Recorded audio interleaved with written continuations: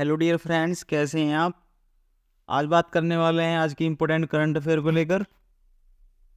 तो बिना देरी के ये वीडियो स्टार्ट करते हैं। पहला क्वेश्चन दिया है इसमें, लघु उद्योग भारत की अर्थव्यवस्था की रीढ़ है। इसके तहत इंडिया मैन्युफैक्चरिंग शो का उद्घाटन कहाँ किया गया है। कि लघु उद्योग भारत की अर्थव्यवस्था की रीढ़ है, इसके तहत इंडिया मैन्युफैक्चरिंग शो का उद्घाटन कहाँ किया गया है। ऑप्शन दिए हैं, नई दिल्ली, बेंगलुरु, देहरादून, शिमला। सही उत्तर हो जाएगा इसका ऑप्शन 2। इसका उद्घाटन किया गया है बेंगलुरु में। इसका जो विषय है वो आपके एग्जाम में आ सकता है। इसका विषय रखा गया है make in India and make for world, make for the world, right. इसका जो विषय रखा गया है, ये थीम कह सकते हैं आप, make in India and make for the world, और इसका उद्घाटन किया गया है बेंगलुरु में। देखते हैं आगे। भारत में पहले अंतर्राष्ट्रीय क्रूज लाइनर कोस्टा सेरेना की घरेलू जल यात्रा को कहाँ से शुरू किया गया है। ऑप्शन है मुंबई, गुजरात, गोवा, तमिलनाडु।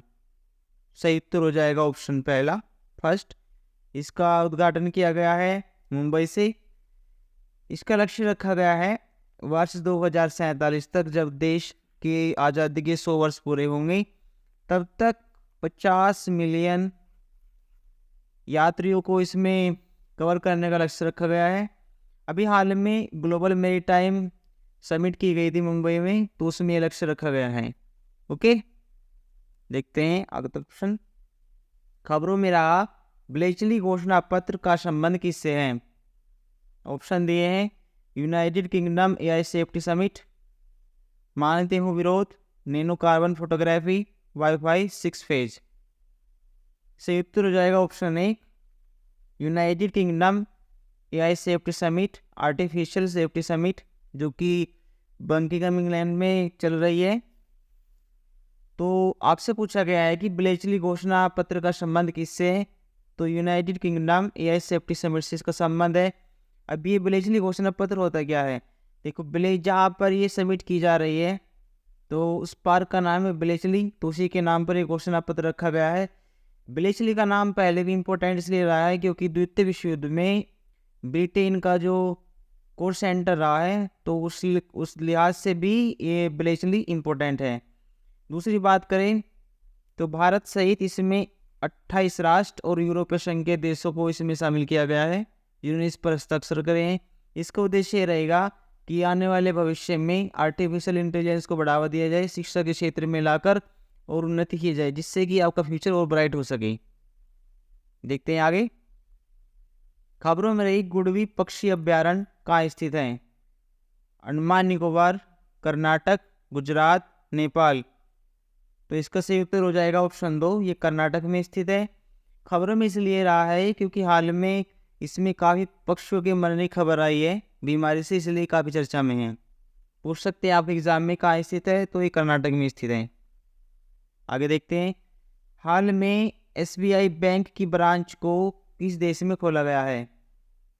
ऑप्शन दिए हैं, Nepal, Sri Lanka, Indonesia, UK, United kingdom.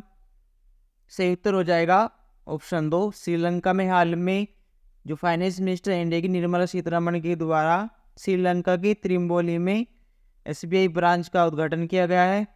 अब एसबीआई के बारे में आप कुछ खास बातें जान लीजिए कि एसबीआई बैंक की स्थापना 1955 में की गई थी, और इसके साथ में 7 बैंकों को जब विलय हुआ तो इसका राष्ट्रीयकरण एग्जाम में पूछते हैं अक्सर, तो इसका राष्ट्रीयकरण किया गया था 1960 में। और जब ब्रांच की बात करते हैं तो एसबीआई बैंक की सबसे पहले ब्रांच, विदेशी ब्रांच खोली गई थी 2006 में संघाई में, चीन में खोली गई थी। और एसबीआई बैंक के बारे में और जानिए कि एसबीआई बैंक विश्व का ऐसा बैंक है जिसकी विदेशी शाखाएं सबसे ज़्यादा है। विदेशी बैंक आप ऐसे कह सकते हैं कि एसबीआई बैंक विश्व का पहला ऐसा बैंक है जिसकी विदेशों में सबसे ज़्यादा शाखाएं हैं। ठीक है, देखते हैं आगे। चर्चा में रही पुस्तक Courting India, England, Mughal India and the Origins of Empire के लेखक कौन है? बुक बहुत इंपॉर्टेंट है ये। तो ऑप्शन दिया है इसमें अनीता देसाई, नंदिनी दास, अनुराग मेहरा, अक्षय पुरोहित। सही उत्तर हो जाएगा इसमें ऑप्शन 2 नंदिनी दास को। नंदिनी दास इसके लेखक है। अभी इस बुक को अभी चर्चा में इसलिए रही है ये क्योंकि इसको एक प्राइज दिया गया है British Academy, British Academy of Book Prize 2023, British Academy of Book Prize 2023 इस बुक को दिया गया है। तो इसलिए इंपॉर्टेंट है Courting India, England, Mughal India and the Origin of Empire. इसके लेखक पूछ सकते हैं एग्जाम में, तो नंदिनी दास इसके लेखक है। आगे देखते हैं, दिल्ली सल्तनत पर गुलाम वंश के कितने शासकों ने शासन किया? क्वेश्चन बहुत इंपॉर्टेंट है ये। ऑप्शन दिए हैं 9, 8, 11, 10। तो इसका सही उत्तर हो जाएगा ऑप्शन 3। दिल्ली सल्तनत पर गुलाम वंश के अब तक 11 शासकों ने शासन किया है। इसकी डिटेल हम लास्ट में देखेंगे। देखते हैं आगे। इसमें कुछ मैंने इंपॉर्टेंट आर्टिकल्स लिए हैं जो आपके एग्जाम में अक्सर आपको डिस्टर्ब करते हैं। तो आज के बाद आपका डिस्टर्ब होना बिल्कुल खत्म हो जाएगा। तो आज इसको रट लेना आप। तो देखते हैं सबसे पहले आर्टिकल 370 अनुच्छेद 370 बताता है आपको जम्मू कश्मीर के कुछ विशेष प्रावधान के बारे में। फिर देखते हैं अनुच्छेद 371, इसमें प्रावधान दिया गया है महाराष्ट्र, गुजरात के लिए। फिर अनुच्छेद 371 नागालैंड के लिए प्रावधान दिया गया है। फिर देते हैं आर्टिकल अनुच्छेद 371 भी, इसमें असम के लिए विशेष प्रावधान दिया गया है। आगे आता है अनुच्छेद 371 सी, इसमें मणिपुर के लिए विशेष प्रावधान दिए गए हैं। आगे आता है आपका अनुच्छेद 371 आई, इसमें गोवा के लिए विशेष प्रावधान दिए गए हैं। फिर आता है आपका अनुच्छेद 371 डी, इसमें आपका आंध्र प्रदेश एवं तेलंगाना के बीच में आता है आपका, क्योंकि जब ये प्रावधान आया तब तेलंगाना राज्य नहीं था, अब तो है। पर तो अगर आपसे पूछे तेलंगाना के लिए विशेष प्रावधान किस अनुच्छेद में है, तो अनुच्छेद 371 डी में, राइट। आगे देखते हैं अनुच्छेद 371 ई, इसमें प्रावधान दिए गए हैं कि आंध्र प्रदेश केंद्रीय विश्वविद्यालय के बारे में भी स्पेशली इसमें राइट्स दिए गए हैं।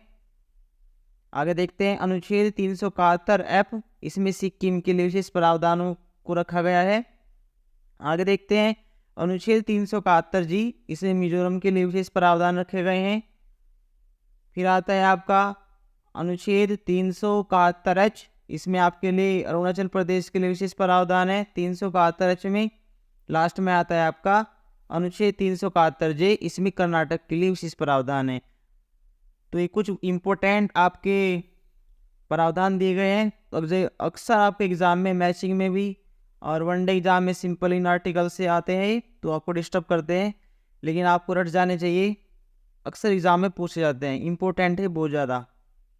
अब एक बात और जानिए कि ये सभी आर्टिकल जो विशेष प्रावधान दिए गए हैं संविधान में किस भाग में आते हैं। तो उस भाग का नाम याद रखिए, संविधान के भाग 21 के अंतर्गत इन सभी प्रावधानों को रखा गया है, राइट। संविधान के 21 विभाग में इन सभी प्रावधानों को रखा गया है। आगे देखते हैं क्वेश्चन। विश्व शहर दिवस 2023 का विषय क्या है? इसमें दिया है ऑप्शन सभी के लिए सतत शहरी भविष्य का वित्त पोषण, grow your city, challenge to be grow your city, always gas, ये वाला गैस। ओके, तो सही उत्तर हो जाएगा इसका ऑप्शन पहला, फर्स्ट, सभी के लिए सतत शहरी भविष्य का वित्त पोषण।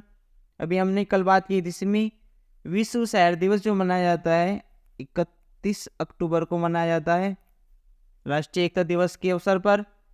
इसकी शुरुआत सबसे पहले संयुक्त राष्ट्र के द्वारा 2014 में सबसे पहली बार बनाया गया था। ओके, सबसे पहले इसको बनाया गया था 2014 में संयुक्त राष्ट्र के द्वारा, और इसको प्रतिवर्ष मनाया जाता है 31 अक्टूबर को राष्ट्रीय एकता दिवस के उपलक्ष्य में। आगे देखते हैं, आयुष्मान भारत योजना कब शुरू की गई थी, जो कि आजकल चर्चा में है, क्योंकि आयुष्मान कार्ड बनाया जा रहा है तो आपको इस योजना के बारे में थोड़ी जानकारी होनी चाहिए। ऑप्शन दिया है इसमें 23 सितंबर 2018, 2 अक्टूबर 2020, 3 मई 2018, 26 मार्च 2019। सही उत्तर हो जाएगा ऑप्शन पहला, फर्स्ट। 23 सितंबर 2018 को इसकी शुरुआत की गई थी। स्वास्थ्य परिवार कल्याण मंत्रालय के द्वारा एक कार्यान्वित योजना होती है और इसके तहत प्रति परिवार को 5 लाख का आपका स्वास्थ्य कवरेज बीमा सरकार मुहैया कराती है। इसके तहत आप और भी जानिए, इसके जो लाभार्थी होते हैं आर्थिक रूप से, शैक्षिक रूप से, सामाजिक रूप से जो कमज़ोर होते हैं वे लाभ उठा सकते हैं। जो ये स्थिति होनी चाहिए 2011 की जनगणना के अनुसार होनी चाहिए, सामाजिक तौर पर, आर्थिक तौर पर, स्वास्थ्य तौर पर जो कमज़ोर है, किसके अनुसार, 2011 की जनगणना के अनुसार, राइट। तो वे जो अभ्यर्थी हैं, लाभार्थी है, इसका लाभ उठा सकते हैं। दूसरी बात, आयुष्मान भारत योजना विश्व की ऐसी सबसे बड़ी परियोजना है, योजना है जो स्वास्थ्य के क्षेत्र में आज तक इतनी प्रगति कर पाई है। तो विश्व की सबसे बड़ी स्वास्थ्य क्षेत्र की एक वित्त पोषित योजना है। अब मैंने भी लास्ट एक क्वेश्चन लिया था जिसमें बात की थी गुलाम वंश के शासकों की, तो उसमें डिटेल से डिस्कस करते हैं। अभी वे आपके नाम रट जाने चाहिए, नॉर्मल बुकों में आपको नहीं मिलेंगे। तो देखिए, सबसे पहले गुलाम वंश के बारे में। गुलाम वंश की स्थापना सबसे पहले हुई थी कुतुबुद्दीन ऐबक, जो कि पहला शासक बनता है। नाम याद रखिए आप, शॉर्ट में लिखूंगा थोड़ा। ऐबक का शासनकाल आता है आपका 1206 से 1210, कुतुबुद्दीन ऐबक। आपका सेकंड नंबर पे आता है आराम शाह। इसका टाइम पीरियड आता है 1210 से 1211। फिर आता है आपका थर्ड पे आता है आपका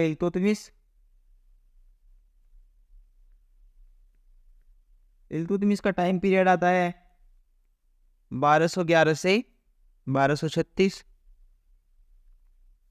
फिर आता है आपका फोर्थ नंबर पर फिरोज शाह, रुकनुद्दीन फिरोज शाह। इसका टाइम पीरियड आता है 1236। ठीक है, फिर देखते हैं आगे।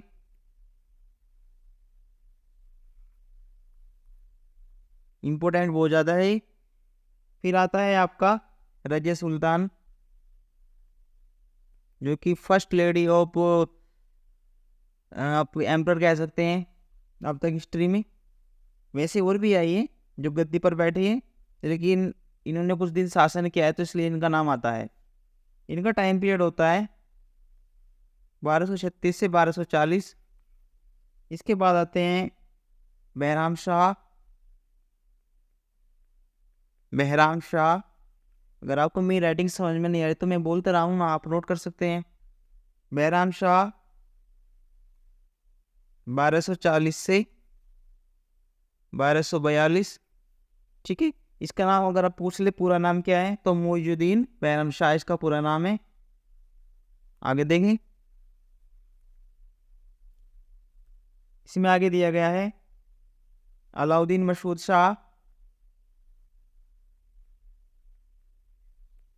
शाह, जिसका टाइम पीरियड है इसमें 1242 से 1246। इसके बाद आता है आपका महमूद शाह